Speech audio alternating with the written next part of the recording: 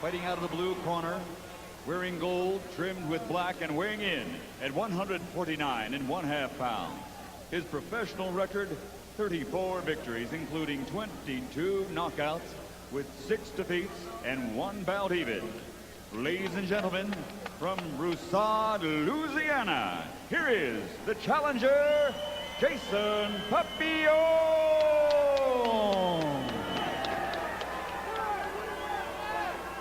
And his opponent across the ring, fighting out of the red corner, wearing red with white, weighing in at 153 1/4 pounds. His professional record, 42 victories, including 24 knockouts with only 3 losses. From St. Petersburg, Florida, ladies and gentlemen, the reigning, defending IBF Junior Middleweight Champion of the World, Ronald Winky Wright.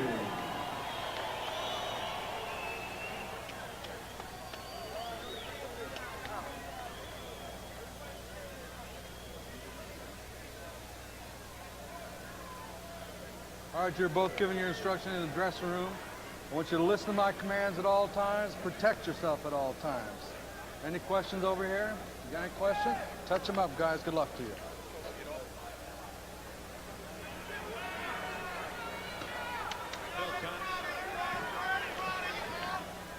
Bill Connors is giving the instructions to the fighters, getting set for round number 1. Set for 12. IBF Junior Middleweight Championship of the World on the line. And we see as now has become a common practice, the human billboard, some advertising on the back of Ronald Winky Wright. Papill in the gold trunks, Winky Wright in the maroon trunks with the white trim. Actually kind of a crimson red.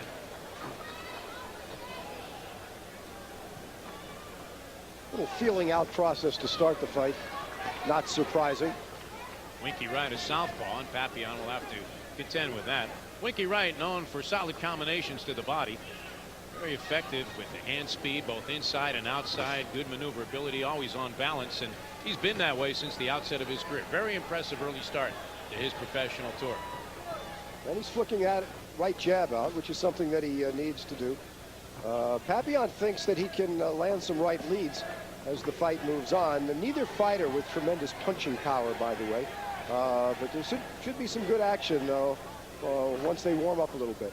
Of course, one of the keys, if you're watching this fight, is that Papill, contending with the southpaw style of Winky Wright, has to keep his foot on the outside of Wright's lead foot. Always considered a key when dealing with a left-hander. And so far, he's true to the task. He's been doing that. One thing I don't think Papill wants to do is to get caught on the ropes, and a couple of times, like right now, that's almost about to happen. But Wright has been content to let him off the hook, at least in the early portion of the fight. Both fighters appear to be very dry. Sometimes a sign that you'll see a flash knockdown when that first good punch is landed in the opening round. Papill content so far, Ed, to back himself up against the ropes. Throwing very few punches. You know, he came up and tried to land a left hook here, which was short, and there he went to the body. But even though he's a little bit shorter, he's got a slight reach advantage over Winky Wright, so it shouldn't be a problem for him to get inside. Minute to go in round number 1. As you mentioned, the feeling out process, not too much being felt so far, as we've seen very few punches landed in this opening round. Winky Wright's been coming forward, and there's a good body shot finally landed by Papill. Papill is an experienced fighter. Well, he just got caught with a right hook, as you just saw against the ropes. But he's an experienced fighter, and he can go upstairs and he can go downstairs, and he tries to put together a combination there. But I don't know that he's doing enough to win this or any round if he fights tactically throughout the course of the evening like this. About 30 seconds to go in this opening round, scheduled for 12 for the IBF Junior Middleweight Championship. Winky Wright hasn't really opened up yet. Papill pawing away at the body with the left hand, doing a little probing here in the final stages of round number 1. Misses with an overhand right. And Winky Wright always on balance, as I mentioned. A good defensive fighter also. May not have the big knockout power, but a versatile fighter who's fairly adept at virtually all phases of the game. Final seconds, round number 1. Winky Wright and Jason Papill.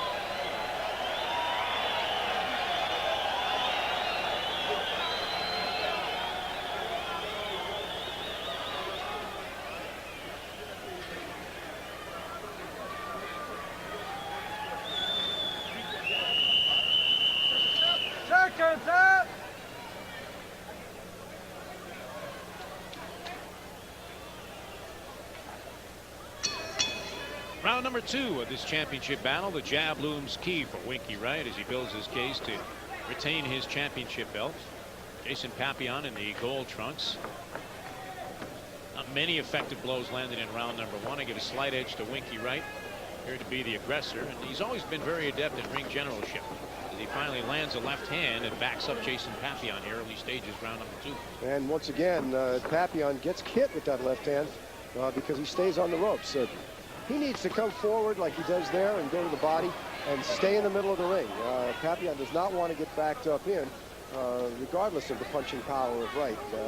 He's a better fighter in the middle of the ring than coming off the ropes.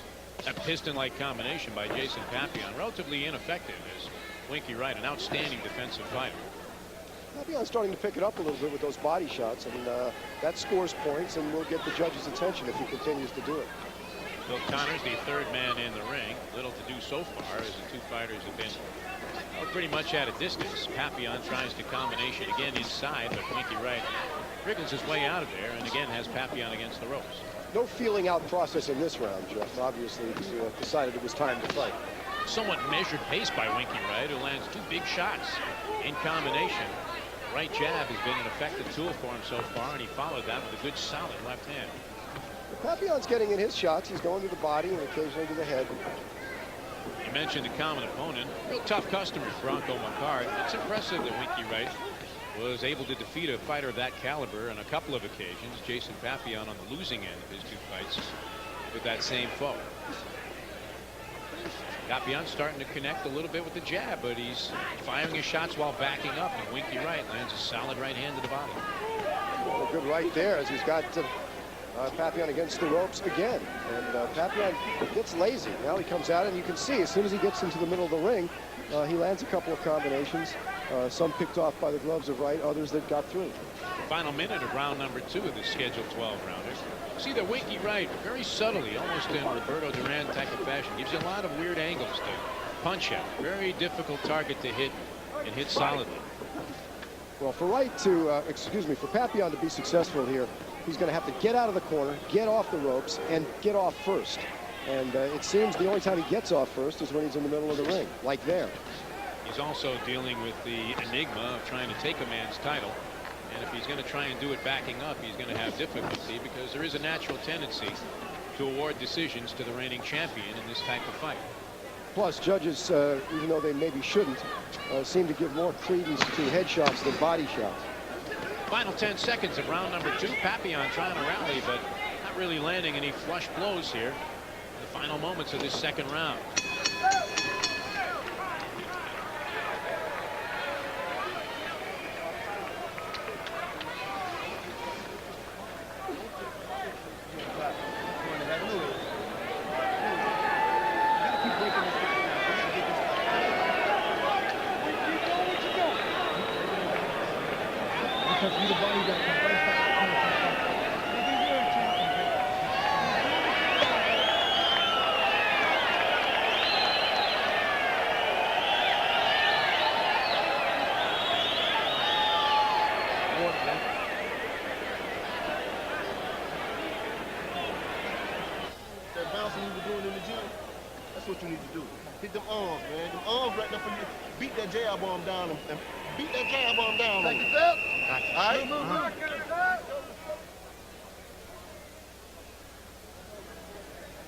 Getting set here for round number 3. A close fight so far, a little to differentiate between the two fighters. However, I did give Winky Wright both the first and second round on my scorecard. As did I. He's landed more. He's been the aggressor. And Papillon just he seems to be too content to be fighting backwards and to hanging around the ropes, which is where he is right now. And he just took a body shot. Winky Wright appears to be very coolly executing his game plan. He goes downstairs, and that one might have been a little bit low, but it was effective nonetheless as Connors, the referee, let it go, and Wright continues to wail away to the midsection of Jason Papillon. Watch ahead. Good solid combination punching by Winky Wright. Very effective to the body and seems to understand the basic principles. Well schooled early on and understands that you have to take some shots to the body, especially in the early stages of the fight. A patient fighter. You see him drilling away, continuing with that right hand to land almost at will to the body and now upstairs.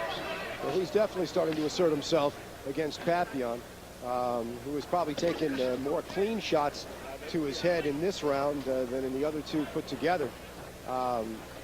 This is a tactician's fight, but Papill is just getting hit too many times first, and that's not going to help his cause, especially in trying to dethrone the current IBF junior middleweight champion. There are a lot of boxing fans that feel that Ronald Winky Wright got jobbed a little bit when he lost a controversial decision to Fernando Vargas back in '99 in a bid for a championship in this division. Well, if Vargas beats De La Hoya and Wright wins here, he might get a chance to atone for that. Winky Wright continues to come forward, establishing that right jab early in this fight and having more and more success with it as the fight wears on. Minute to go in round number 3. Generally, when you're fighting a southpaw, right-handed fighters have a lot of success with right-hand leads. Wright told me before the fight that he thought that he could land that right-hand lead, but he hasn't been throwing too many of them. Slight clash of heads here as we come inside the final minute of this third round.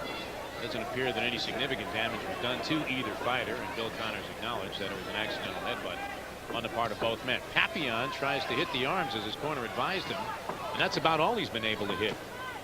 No, this is probably as one-sided a round as there's been in this fight, and I agree with you, Jeff, that Winky Wright has been on the winning end of all of them.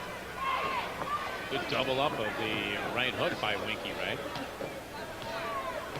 Papill finally lands a grazing blow to the face. The Wright has good defense, though, as you pointed out earlier. Excellent tactical fighter, Ronald Winky Wright. Inside the final 10 seconds here of round number 3. So far, the champion putting on a display as to why he deserves to wear the belt.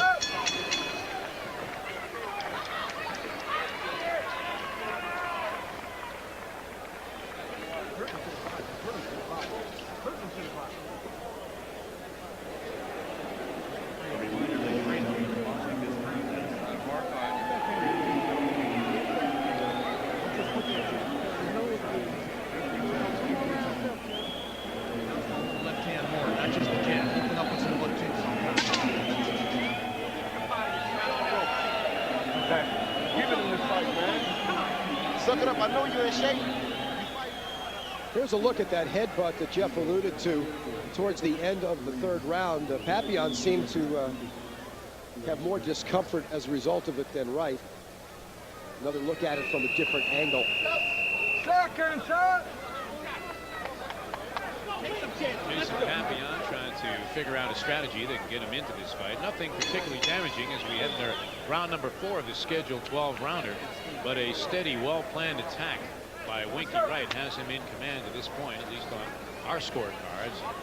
He opens up round number 4 as he has the previous 3 by tossing out 3 stiff right jabs.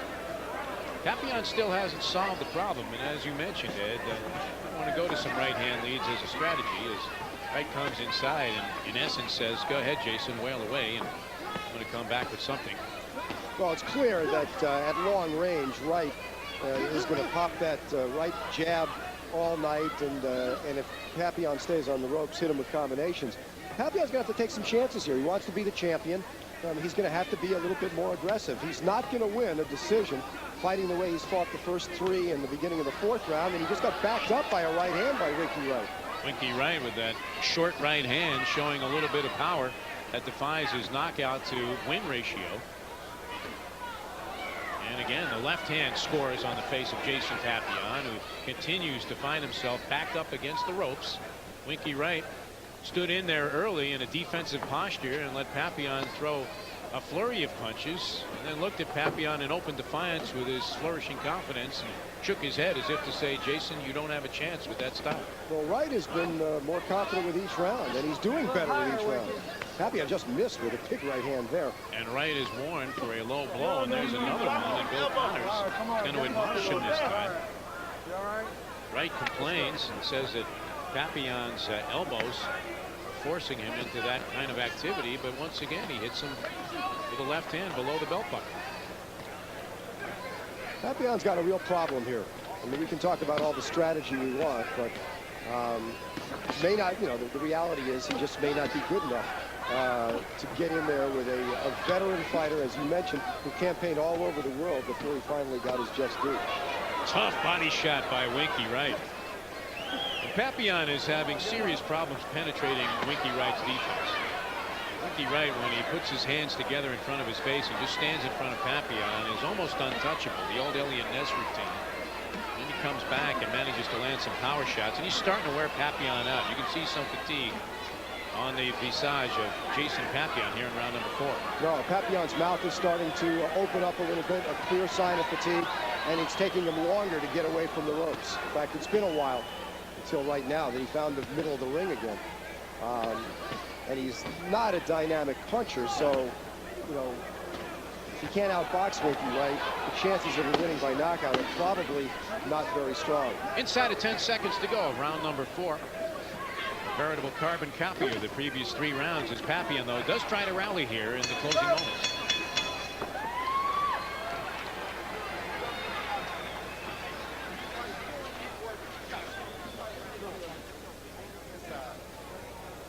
His fight. He the bigger fighter. You supposed to be the boxer right now. You're supposed to be frustrating him, man. Don't give him the fight, Jay. Come on, don't give it to him. Hit back. Hit back. He covering them covering up. You're supposed to be picking them apart what we worked on. Don't sit there and trade. He hit you low, you hit him back though. He's ready to go, man. Just keep the pressure on him. That's what I meant. Here you get a look at the low blow, right hand by Winky Wright. Papillon's corner not ecstatic with the way that he has been comporting himself thus far. Well, as you've been saying, as we get set here for round number 5, this is not a strategy that is a winning one for Jason Papillon. He's an action fighter, but he's been backing up throughout the fight. I have Winky Wright ahead 4 rounds to none, 40-36 so far on my scorecard. And Winky Wright has just been peppering Papillon with jabs and steady barrage of right hands, and following him up with left hands to the body. Nothing sensational so far out of Wright, but he appears to be building a case and building momentum with each passing round. What's worse for Papillon is that I agree with you, Jeff, that Wright has won the first 4 rounds, but each round he wins more convincingly than the one before. Although Papillon has come out a little bit stronger to start this round, maybe at the urging of his trainer, Alfred Smith. Nothing spectacular yet out of Winky Wright. Not known as a knockout puncher. Tends to wear out of opponents when he does get the KO with a war of attrition type mentality. Accumulation of punches is the key to his success, and you see the sharpness of his combinations right there. Very well thought out from a strategic standpoint, very well schooled, been all over the world. A guy that appears to know what his game is and is very capable of executing. Papillon's actually doing a little bit better, or he was until that left-right combination connected. Well, I should say right-left, since right's a southpaw. He's been primarily against the ropes, now backed up into the corner. Not a good place for Papillon to be. And appeared to get hurt a little bit by what was not an especially hard right hand by Ronald Winky Wright. It was off balance. Not really landing, even though you heard the thud of that punch. Winky Wright taking a lot of these shots on the arms and the elbows. Winky Wright is a terrific tactical fighter.